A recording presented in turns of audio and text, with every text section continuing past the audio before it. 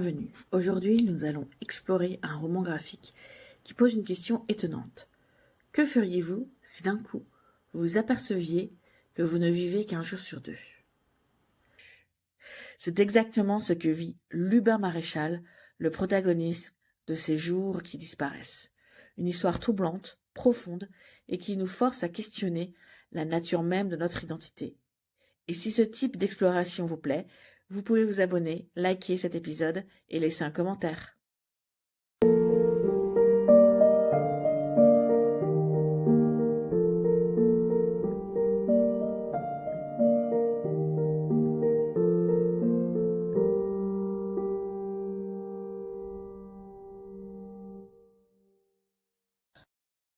Imaginez la scène. Chaque matin, vous vous réveillez, mais quelque chose cloche. Un jour entier a disparu de votre mémoire. Vous ne vous souvenez de rien. C'est la réalité cauchemardesque de Lubin, un jeune homme d'une vingtaine d'années. Il découvre, progressivement, qu'il ne vit qu'un jour sur deux. Entre ces jours conscients, quelque chose d'inimaginable se produit. Une autre personnalité prend possession de son corps. Ce n'est pas un dédoublement de la personnalité au sens psychiatrique du terme, non. C'est une autre conscience, une autre entité, qui a ses propres désirs, ses propres besoins, sa propre vie. Et cette autre entité a un caractère complètement différent du sien. Elle fait des choix que Lubin ne ferait jamais. Chaque jour il vit, c'est un jour volé à cet autre. Et chaque jour que l'autre vit, c'est un jour volé à Lubin. C'est une compétition involontaire pour l'existence.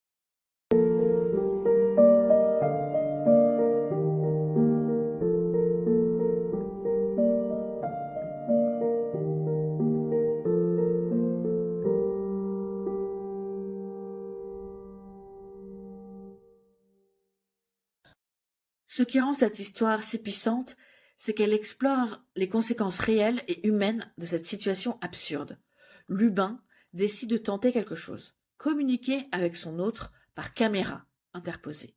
Il enregistre des messages, essayant de comprendre, de négocier, de créer un semblant d'organisation avec cette autre conscience qui partage son corps.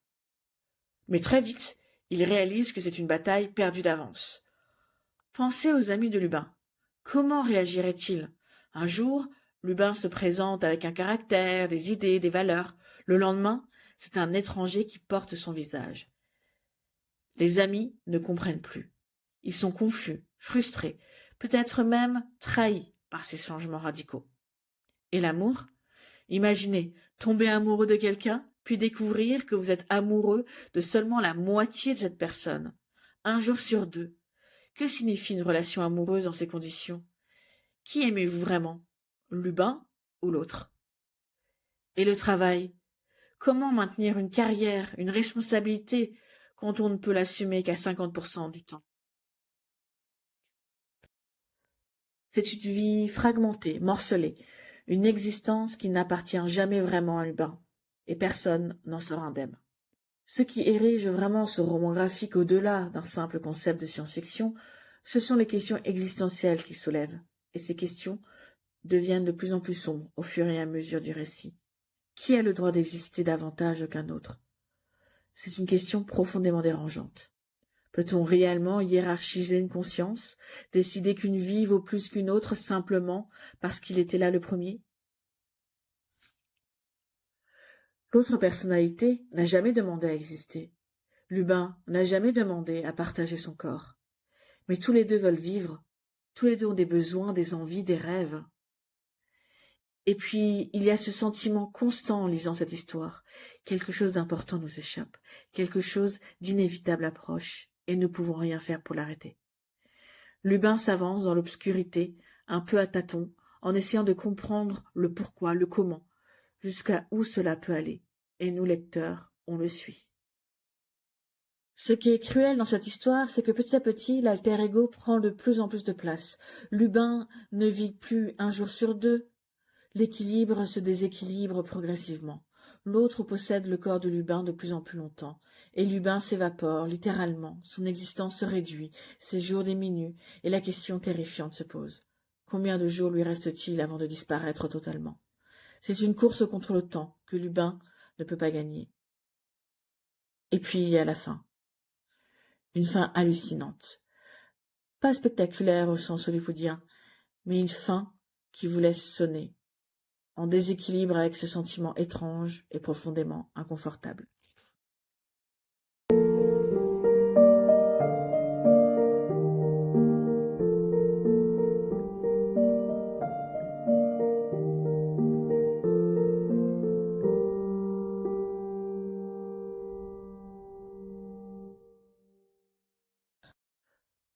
Ce roman graphique nous force à confronter une vérité troublante.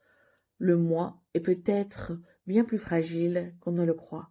Notre identité, ce que nous croyons être au plus profond de nous, ce n'est peut-être qu'une illusion fragile. Ces jours qui disparaissent est une œuvre qui dérange, qui marque et qui reste longtemps après la dernière page. Merci de m'avoir écouté. À bientôt pour une prochaine exploration littéraire.